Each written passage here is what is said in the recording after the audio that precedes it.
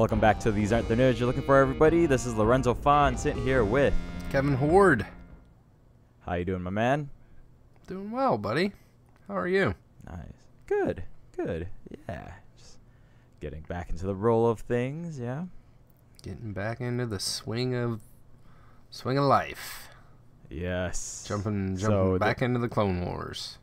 Indeed. We're going to talk about the General, following up Darkness on Umbara here. We got a original air date of November 4th, 2011. This is Season 4, Episode 8. Yep. Production code is 326 on this one.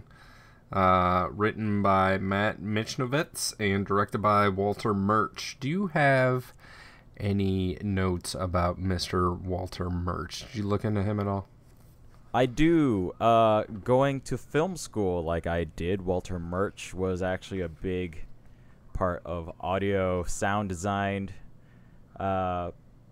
studies, I guess we shall say. Yeah. He had a huge influence on sound design and sound editing throughout the 70s and 80s for film, especially with Apocalypse Now, and how the sound design for that film kind of, how do I say, expanded what you could do with sound design, right? Okay. So, yeah, he's been a big influence on various projects, and he's been working with Lucas and Francis Ford Coppola for a long time. Like I said, Apocalypse Now. And also, he, as a Disney fan, went on to help with Captain EO, which directed by Francis Ford Coppola and produced by George Lucas. Also associated with Godfather Part 2 and was the director of Return to Oz. Right. We don't talk about Return to Oz. Well, Dave Filoni does. Oh, Return to Oz. Yeah, but throughout the 70s, 80s, 90s, he worked on a lot of various movies. English Patient, you know. But yeah, he's slowed down in recent years. I don't think he's done anything in quite a while at this point. I think he's got an IMDb credit as early as like 2017, so I didn't look exactly what it was for, but I believe it is something in the audio department. So he does. All right. I think he's still working. So yeah. But when it comes to directing, it would be Return to Oz, and this episode would be it. Yep, and that's it. So Dave Filoni did call him a celebrity director, and was in the behind-the-scenes stuff when he talks about it. He's super excited to have Walter on board. So let's hop into this thing and see if we're super excited as well. Yeah. The newsreel basically just covers Darkness on Umbara. Still doesn't give any reason for why Anakin Skywalker got pulled to Coruscant, just that he was. But that the 501st is under the leadership of General Krell. Yeah, a couple things here. The newsreel and a few times throughout the episode, this is just straight up called an invasion.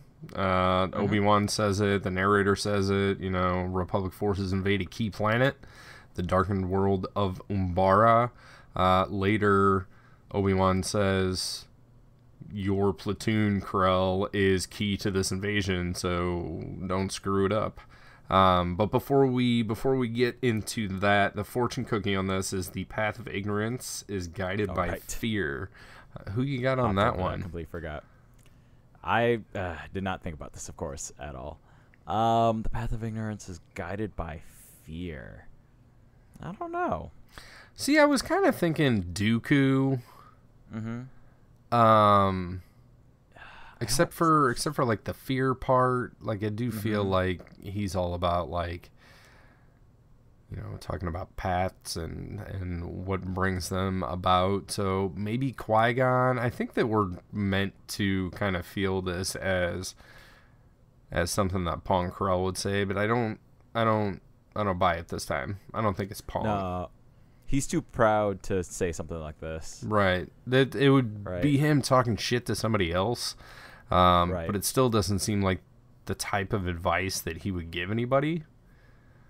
Is it something like one of the clones or Rex would say about Krell? Like shit-talking Krell? Maybe, but I don't know. It seems It's still not more perfect, philosophical than something Right. that comes out of a clone trooper, to be honest. Mm-hmm. So I'm Is going. this like a politician speak?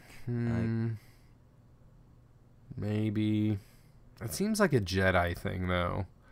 Or like a Force user thing. When in doubt, throw it at Yoda. We can do that. That doesn't quite feel right either.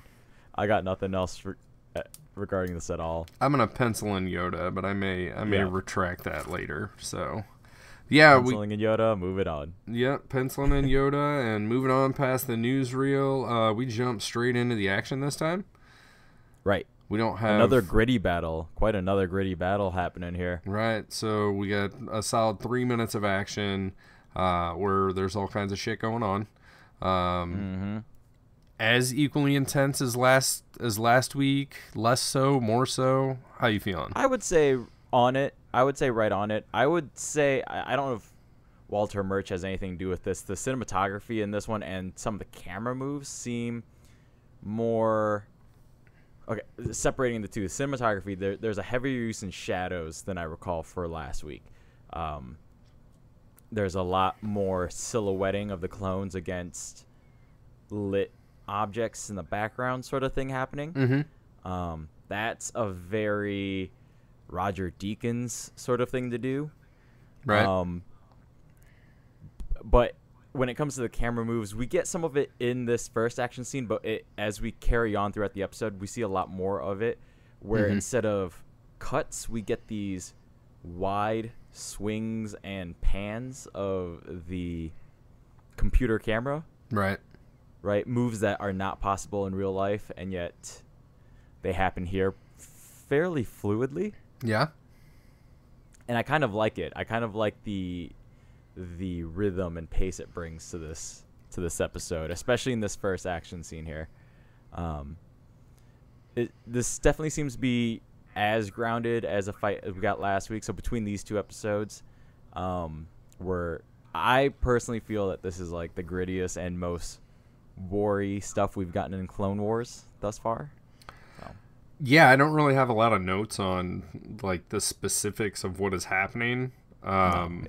Usually I have like pages and pages of notes, but for the first 3 minutes, it's like, we start with like these hover tank things in the midst of battle, before the action like really kicks off, or I guess at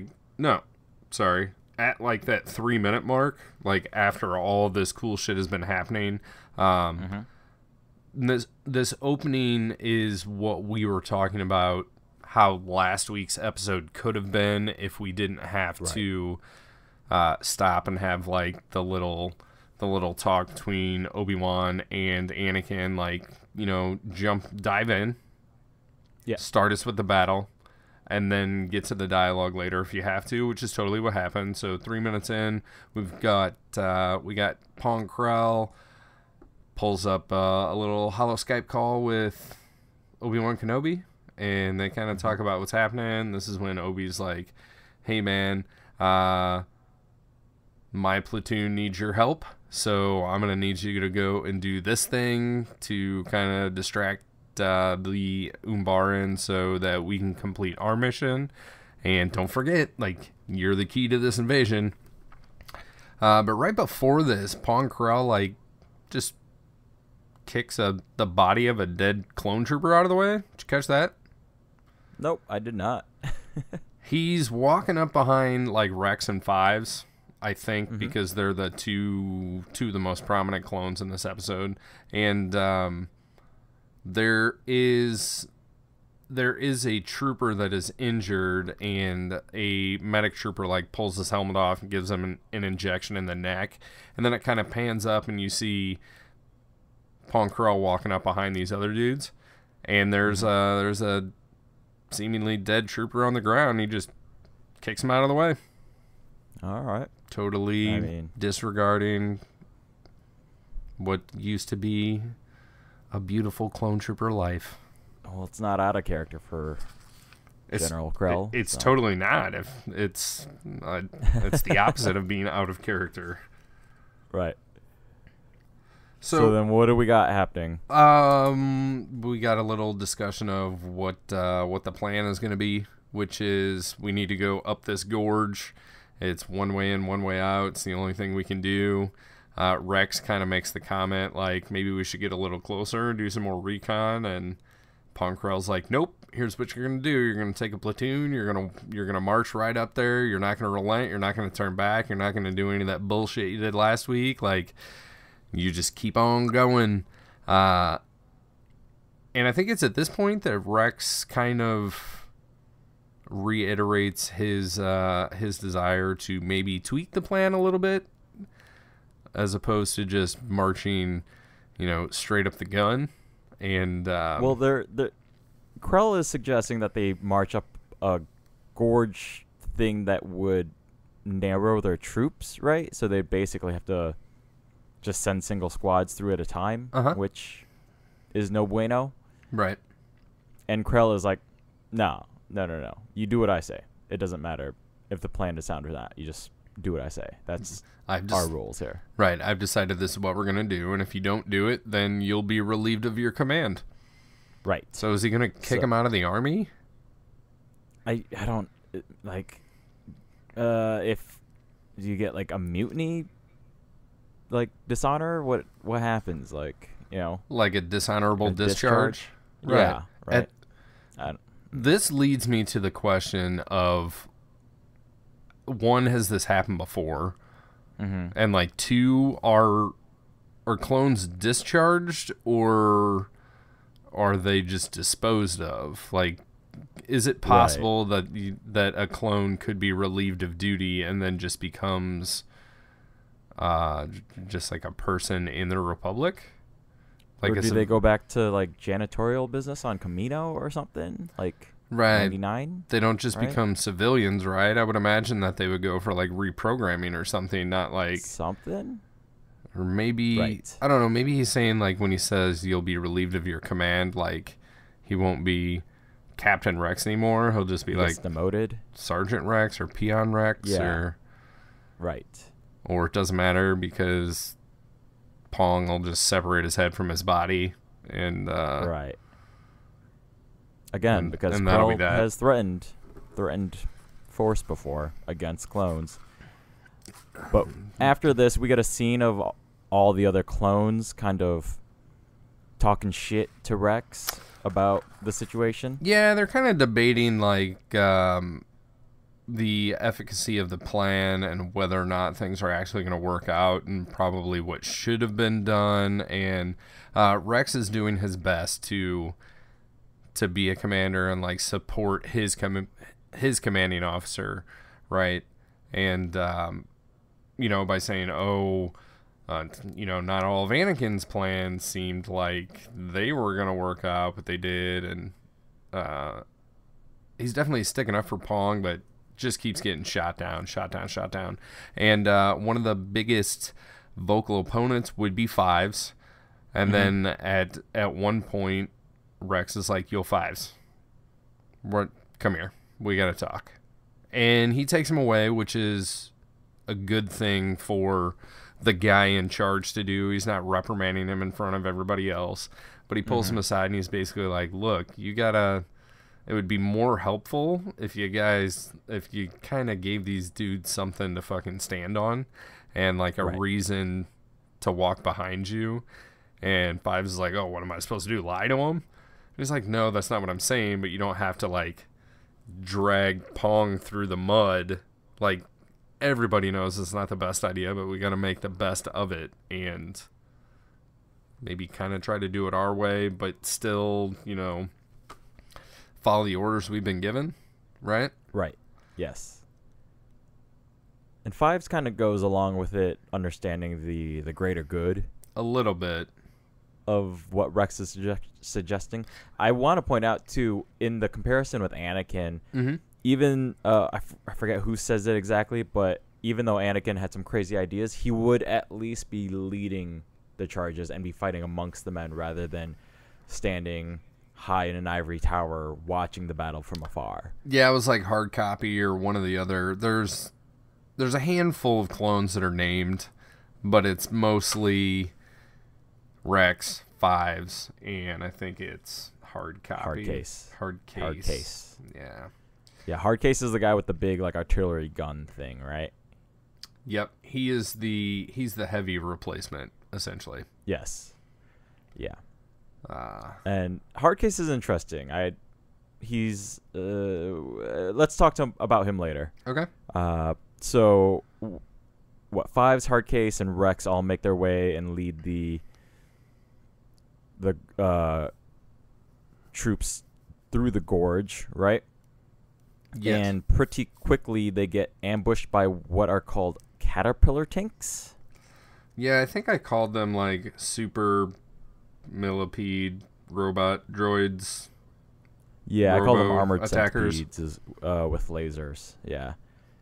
I also wrote they're pretty cool. They are pretty cool, and I'll tell you what. When I first saw these, I thought it was like a Tremors thing or like a Beetlejuice thing, where I thought this was like a natural predator of the planet, but they're not.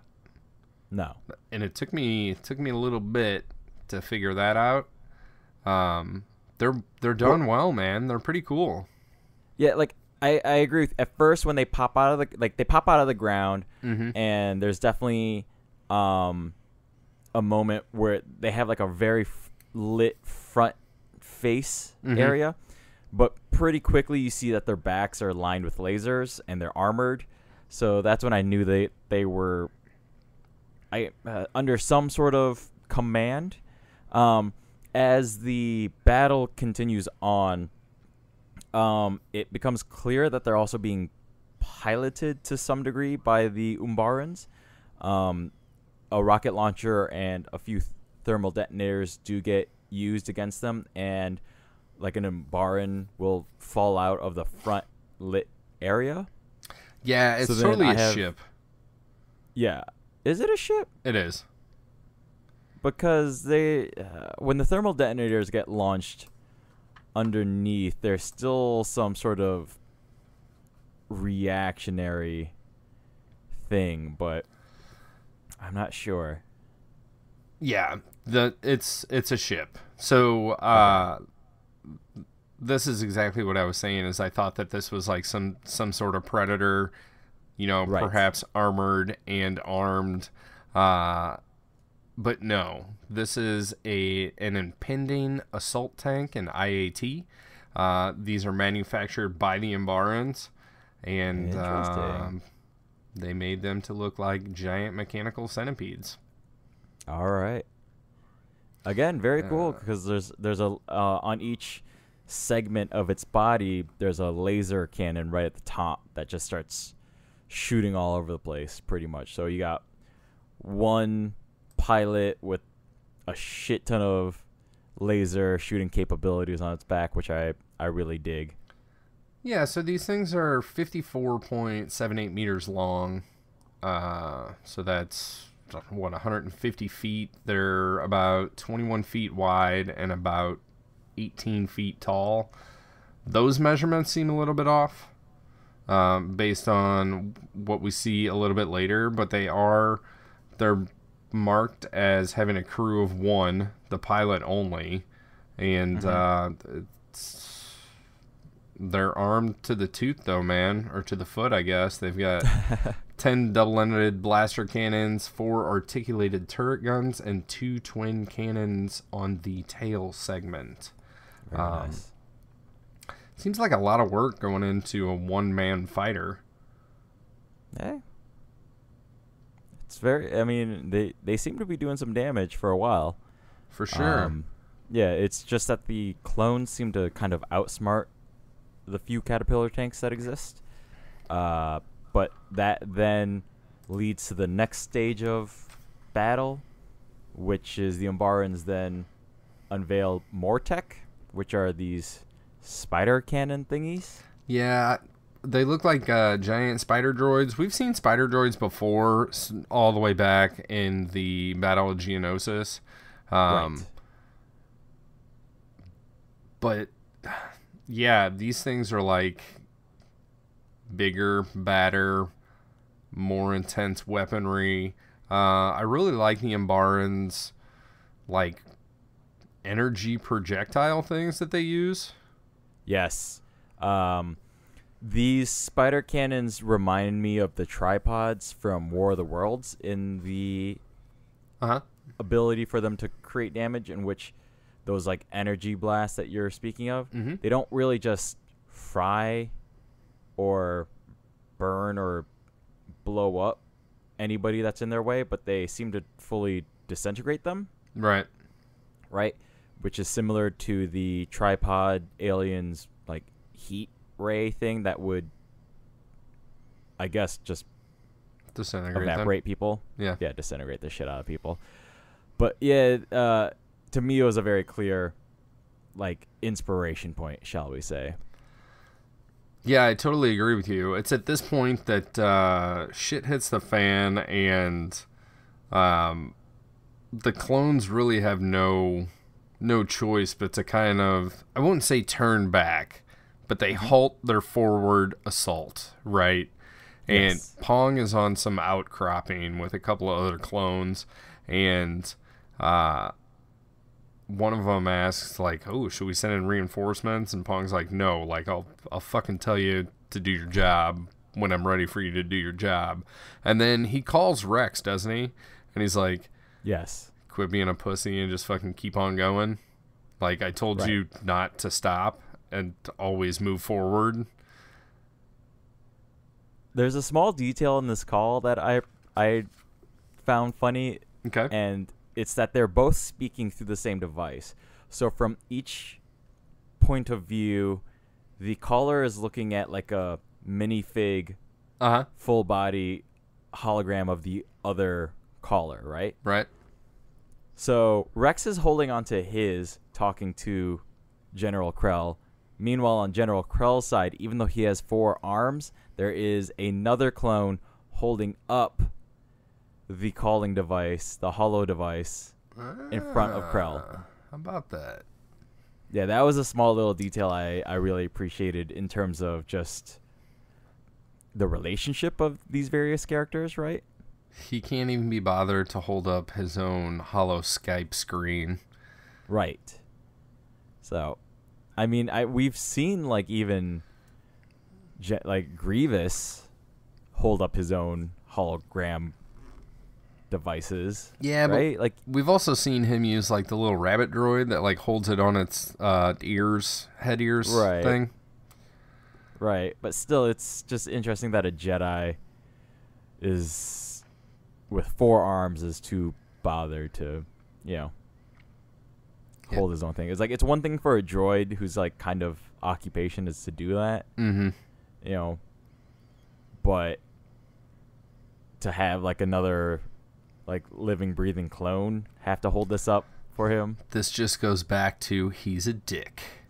Quite the dick. Yes. The only way that he could be like more of a dick in this situation is if like some stray blaster bolt like comes up and hits the clone that is holding this thing for him. Mm-hmm. And he obviously wouldn't even care, He makes another clone pick up the hologram device again. You pick it up. Yes. Yeah.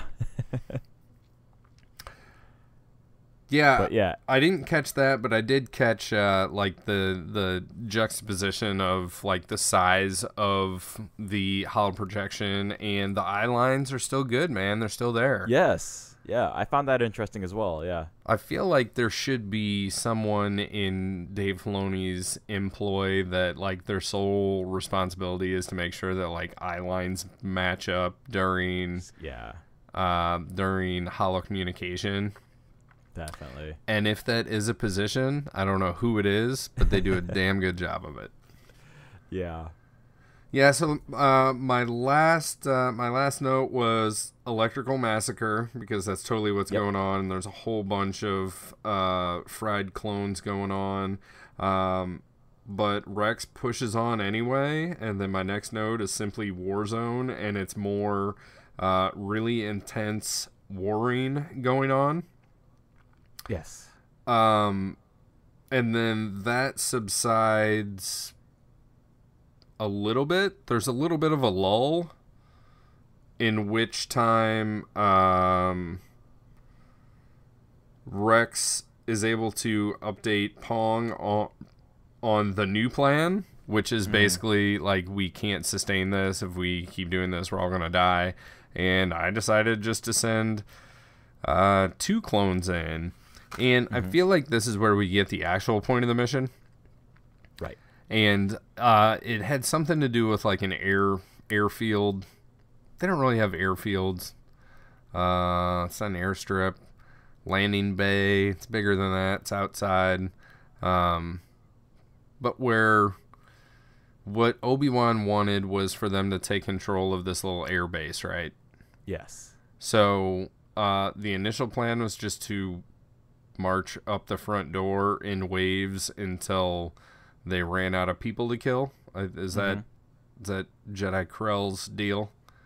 Yes, that sounds right. Yeah. So what Rex decides needs to happen is that he sends in hard case and 5s to sneak in and steal 2 of these hover tanks to come back and fight the spider droids.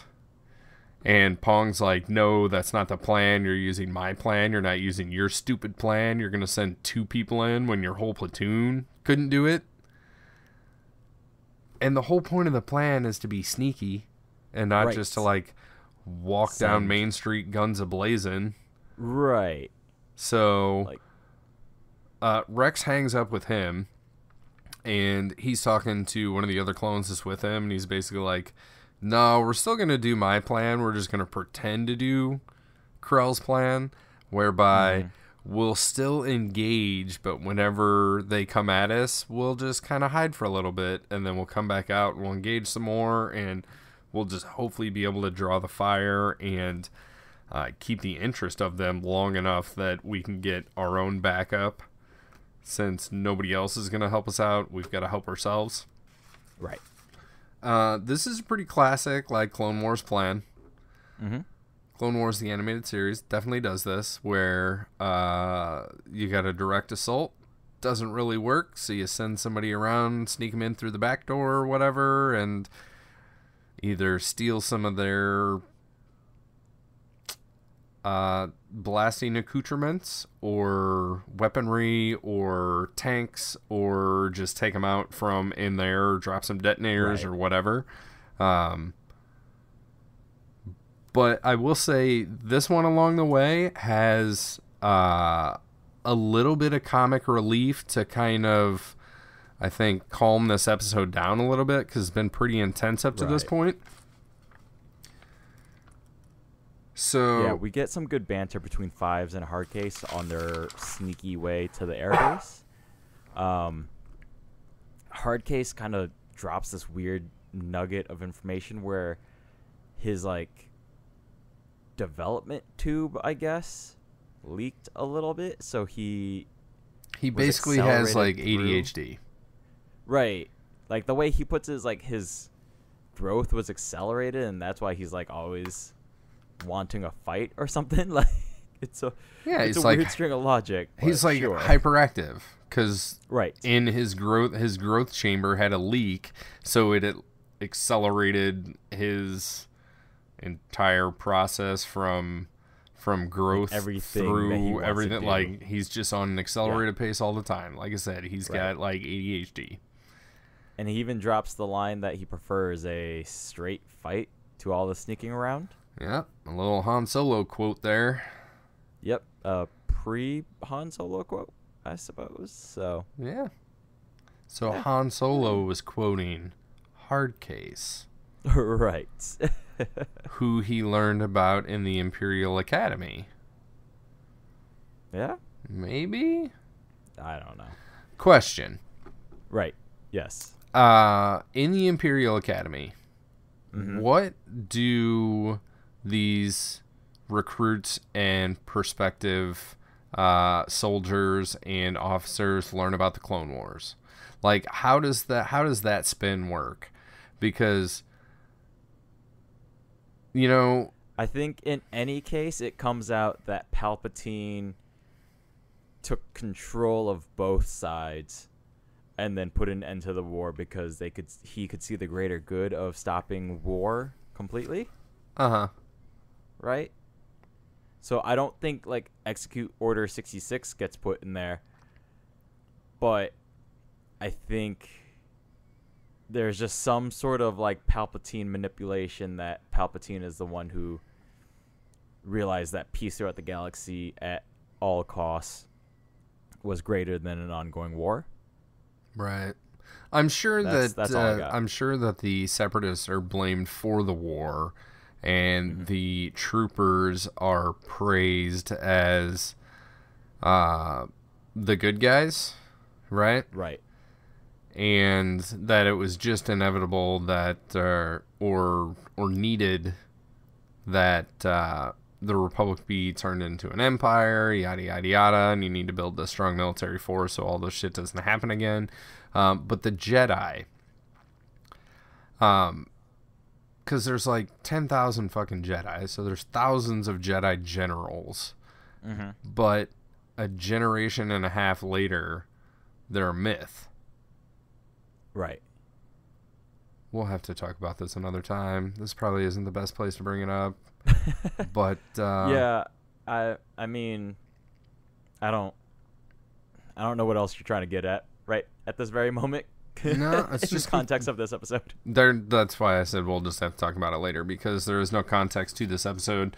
Because the only Jedi general that we have here is Pong Krell, and he's kind of a turd bucket. Right, but moving on to Hard Case and Fives. Yeah, they break into the airbase. They blow up some stuff. They grab a couple of the fighter ships. They have trouble flying the fighter ships because there's like holographic controls. Yeah, real quick before that, like the way they break in is by this silly climb a tree and slide down the branch on the other side method. Yes, yeah. And Hard Case basically makes fun of this as they're doing it, and I thought this was nice. And then to answer a question that we had last week, they do encounter one Umbaran directly along the way, and one of them just punches the dude in the face, and they may shoot him as well, but when he gets struck in his helmet, it does have that little gas leak, right? So this gas inside their suits isn't atmospheric. It's more drug related, where this gas is used to like heighten their senses, keep them alert, keep them awake, make them better fighters. So it's like an enhancement thing. Very interesting. Like a low grade Bane super soldier something or other. Not really sure. All right. I think the idea like was super serum.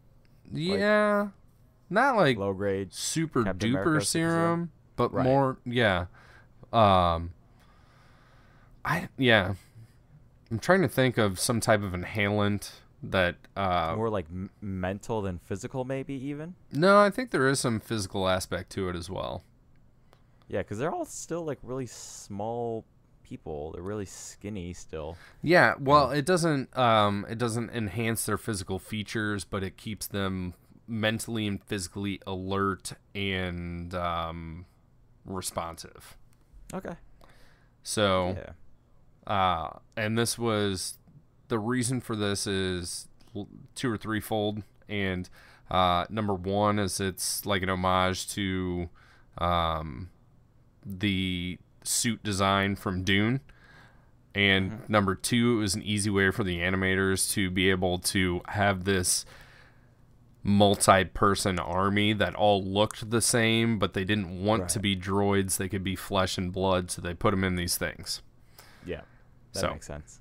That's why. So last week we were we were curious, like, why do the Umbarans live here if they need like this pressurized suit with their own atmosphere? But they don't. Mm-hmm. So it's completely separate from that. They're basically on drugs. Right. Don't do drugs, kids. Nah, definitely not. But back to where we were talking before. So Five's hard case, they're in a ship. They start shooting up the airbase. It's sort of like Independence Day, where they take over a ship and destroy not the mothership, but they definitely fuck up whatever ship they're in. Man, right? Jeff Goldblum As should they have get been on in out. this episode. I want Jeff Goldblum to do the voice of a Jedi. Oh man, that'd be so good. That'd be so good. He's on National Geographic Channel, Disney Plus. Or the villain. I would be okay with that too. I'm sure somebody at Disney could just kind of pull him over. So You would think so. Maybe he'll be in the new Obi-Wan Kenobi series. we'll see. Oh, we'll see. Anyway, so Five's in hard case after fucking up this airbase to get out of there. They head back to where the bulk of fighting is, and they start taking out the what are they? The spider tank cannon things, right? Yep, the spider cannons is what they're called. Spider cannons, yes. So pretty much thanks to these two, they start taking out all the enemy, and the rest of the clones are very happy, of course, to not be dead after relentless battle. So, yeah. Yeah, I How said. does Krell take this? My note is that we cut back to the faux battle, and then these two guys basically come in and save the day after stealing some Umbaran sphere power balls. That one thing I've noticed is that this is like spherical cockpit seems to be interchangeable from different devices. So I imagine that the glowing thing on the front of the walking centipede tanks is probably like the same thing, where they just get in them and they kind of float up, and then they dock in something, and then they can control it. Yeah. Krell says that he's impressed, but I think he's also kind of ticked off. Right. Not outwardly so, but more subtly, right? So then, and take this as you will, but he has some little bit of dialogue about something like, I don't know, let's go down and fucking battle's over or whatever, yippee.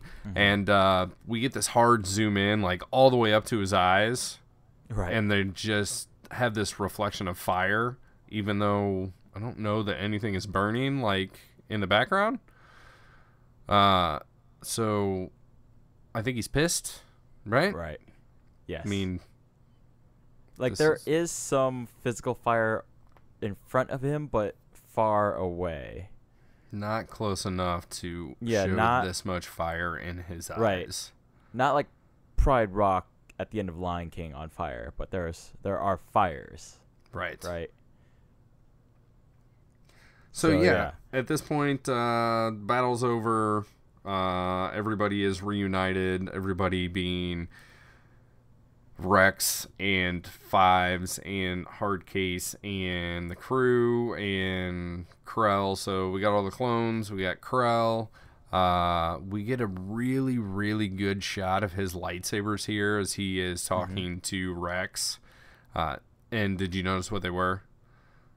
They're the Foley. They're the foldy and halfy. Yeah, the full half lightsabers. Yeah. He's got two of them.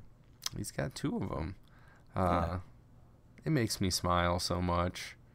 One, we were talking about it last week. So between when we recorded last week's episode and this week's episode, we did get the D23 footage, and supposedly we're gonna see a folding and halfy lightsaber in the future. A red Foley and half lightsaber. A red kind of destabilized blade. kyber crystal. Yeah. Foldy and halfy. There are a lot of details here. There are a lot of details that are going on in this D23 footage that we won't exactly talk about right now, but Yeah. But that was like, during that footage, that was the first thing that I thought. Like, when I saw that, I was like, holy shit, we were just talking about this. Yeah. That's the timing on that Krell's lightsaber the timing right on that there. was nuts. Yeah. It was good. It was good times. Yeah. But yeah, Krell has a talk with Rex. Rex is pissed and but keeps his mouth shut, but you can see him tighten his fist in frustration. And then Pong Krell turns around and basically says, "You're dismissed," because he's a dick. And then it's Fives or Hardcase that comes up and says, "Oh, he'll never understand. Only the clones will understand." I don't remember what the line of dialogue is. Fives, yeah. It's something like Rex. Actually, no, I've lost it already. Yeah, I don't it's know. something about like Krell tells Rex that they won't realize the cost of refusing their orders or something like that. But then Fives is like, no, it sounds like it's him who doesn't understand the cost of his orders. Yep. Right. So yeah, it's about that. We get a shot of Krell walking away. Fives and Rex are talking to each other, and this is where we iris in. Yep. Cue loud Iris music, out. man. Cue loud music. Yes. We end on a united front of clones, Yes. standing strong behind the back of a dick of a Jedi. So Yep. yeah, there is a whopping 4 voice credits on this. Right. It's Obi-Wan, it's narrator, it's clones in general, and it's Pong Krell, and that's it. That's it. So kudos to D. Bradley Baker, as usual, for holding this one down. And Yep. what do you got, man? Overall thoughts here? I like this episode overall. I think the problems I had with last week were taken care of here. Right. It's a straightforward episode that doesn't have too much fluff in it. Yeah, we both gave last week a thumbs up, and I'm going to agree with you this week. I'll let you continue, but I'll just throw that one in there real quick. Yeah. I think this episode is definitely an improvement on last week's episode, for sure. I don't have nearly as many problems. I mean, I didn't have many problems with last week's episode, but I still saw flaws in it. But this one, I think, is a very solid, good episode. And, explicitly stated, there's a strong thumbs up from me here. It's been a while since you've had one of those. Right, like a strong thumbs up. Again, it comes down to the cinematography was actually interesting this episode as well, and the pacing was well done. It moved forward at a good pace without too much distraction, and the action was clear, and it kept upping itself without getting repetitive, getting boring.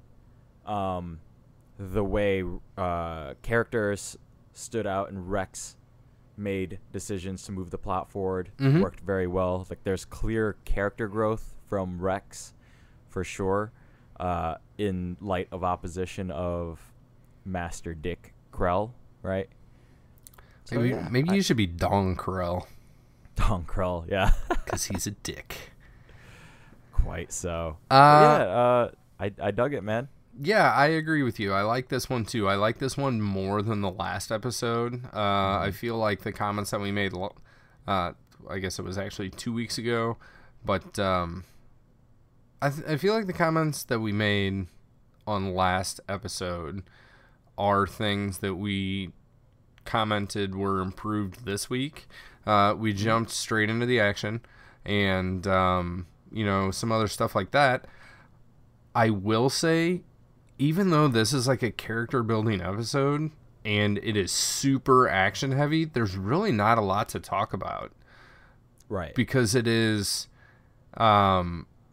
it's jump into action, establish plan, update plan, jump into action, plan works, and then you get your rectifying end.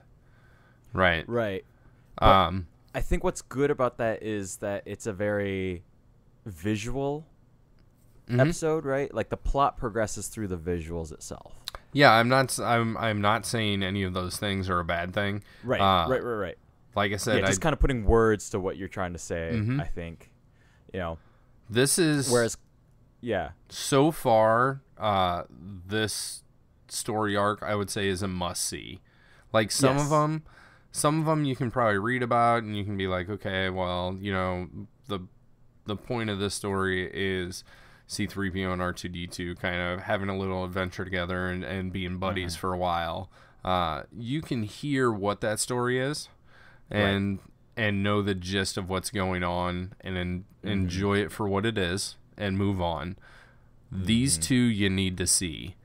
The first one, I wouldn't say is a setup for this, but it's, the beginning of the story.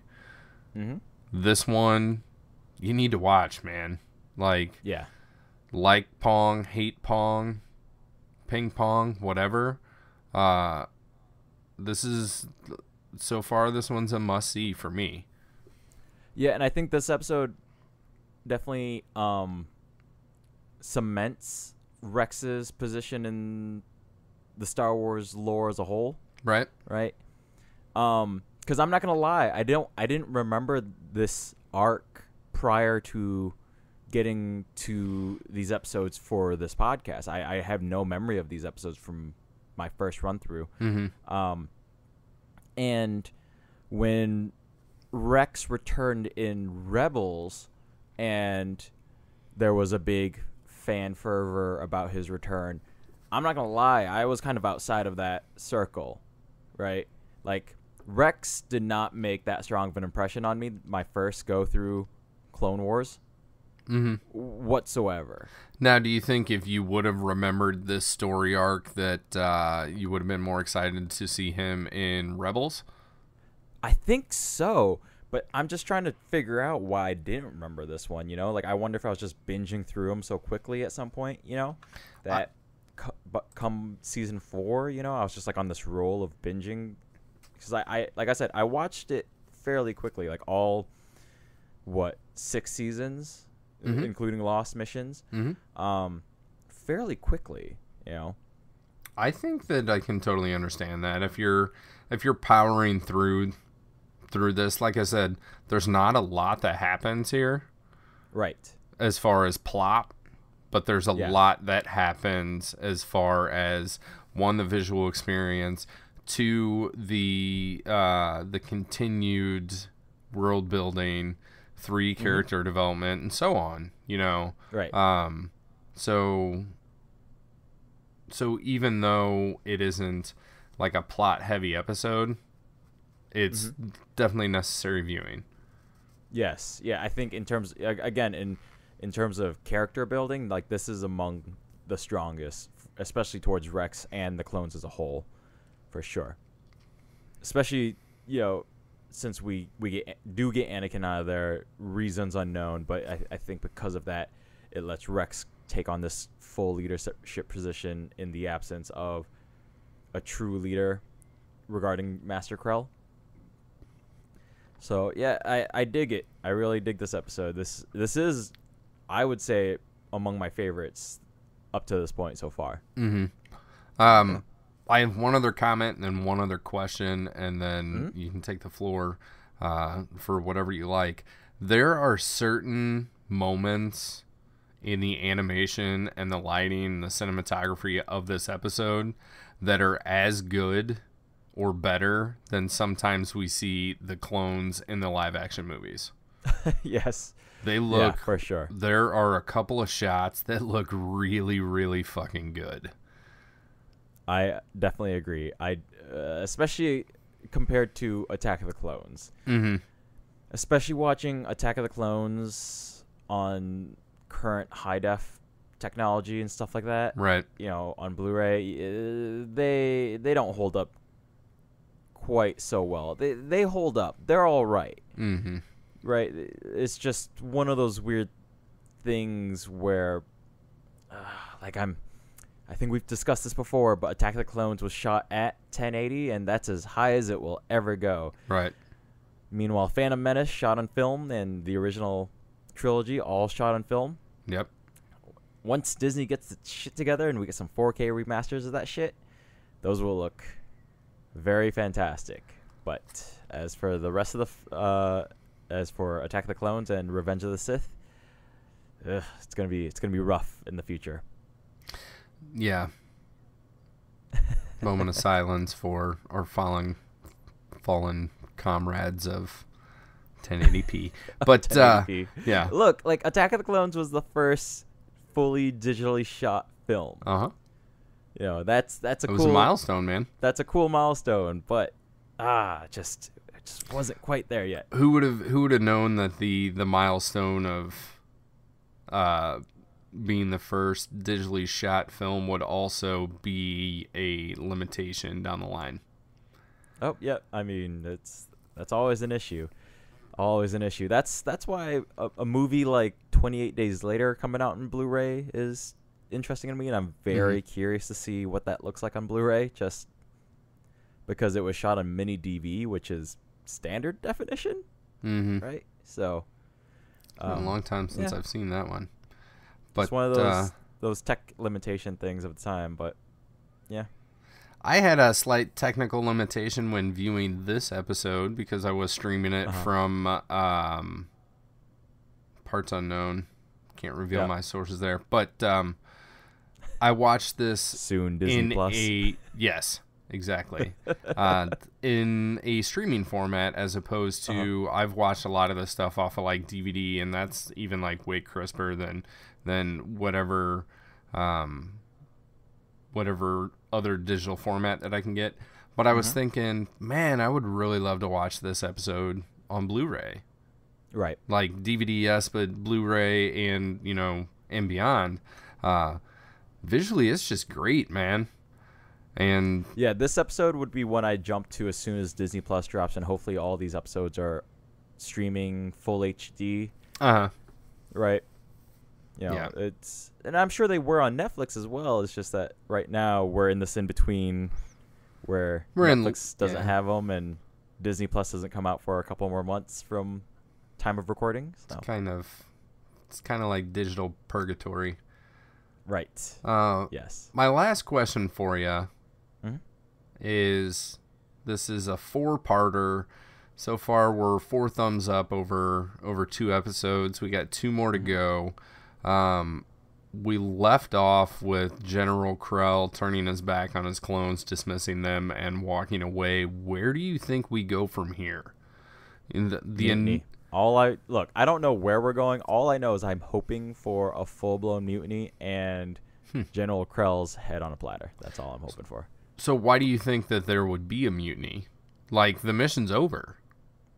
Mission's over, but I feel like the clones are going to know what danger they were in, and then as Krell gets reassigned, or if Anakin does return and Krell does get reassigned back to whatever platoon or whoever he was in charge of before, whatever legion he was in charge of before, the clones and perhaps Anakin, the clones will go to Anakin of the horrors that they witness under General Krell. Okay. And it will snowball from there. Like, once they get an actual Jedi on their side of the dangers and the pure destruction that they witnessed, and also the fact that if we've had this issue before on the show, but if the rest of the Jedi, like the Jedi Council, at some point take a look at General Krell's numbers, Well, like I think they're out there. I mean, it was discussed in the opening episode of this arc. Like, Krell's got the highest, death numbers of clone squadrons. Like, yeah, he's got one of the highest success rates, but he's also got one of the highest casualty rates. Right. So the numbers are out there. Whether or not anybody's paying attention to them, or the right people are paying attention to them, or, it puts that question out there also, like, what's Mace Windu thinking? What's fucking Yoda thinking? Like, right. Why are you sending looking at these? yeah, when they're looking at these kill-death ratios, like, Right. There's it's not even like an ethical ambiguity here, because it's like it just seems averse to what Yoda, and especially Yoda, I think Mace as well, but the Jedi Council, like, they wouldn't be like, oh yeah, let's continue to send him in. And maybe it's Palpatine that has sway over that, but Palpatine isn't in control of the Grand Army of the Republic. Right. Like, he tells the council what he would like to happen. I mean, he's the reason why Anakin isn't there to finish this battle off, but he's not. I mean, I don't know. Maybe he is. Maybe he can just be like, put Krell in, put Krell in, put Krell in, put Krell in, you know? I don't know. Yeah, I would like a prequel episode with Krell, almost like just a single episode on his like whole life story, even just to see how we got here with him, right? Like his climb through the ranks, or if he got along with people in the Jedi Temple, right? Like, was he the one bully at the Jedi Temple? Like, how do you make it that far being this dickish in the Jedi Temple, right? I think that he's like the pure by the booker, right? Like, he would say, fuck you to new math. Like, this is how we add, this is how we do multiplication. Like, I'm not doing, no, this is how I was taught, this is how we do it. And he's not that he's unable to adapt, but he's unwilling to adapt. Like, once there is set in his mind the way that something is, that's the way it is, and that's the way it's going to go. All right. Yeah. That makes sense to me. So, yeah, that's, I'm interested to see where we go from here, which would be next week is an episode called Plan of Descent. So there you have that. Mutiny going. All right. It's not just called a Mutiny of Krell. Right. Although, you know, maybe it's a little misleading. We'll have to wait till next week to find out. In the meantime, if anybody wants to give us their opinion on what's going on, or what they think is coming up, or what they remember from their first run through of this, or whatnot, hit us up on social media. Easiest way to find all that stuff is head to notthenerds.com. Scroll all the way down to the bottom. You've got all of our links for our various social medias. There are playlists there where you can head on over to YouTube. If you can't hit the button at the bottom, you can hit one of the big buttons somewhere in the middle. You can find all these episodes and different ways to talk to us. So, yeah. Sounds good, man. Until next week, I've been Lorenzo. Kevin Horde here. These aren't the nerds you're looking for. Bye-bye.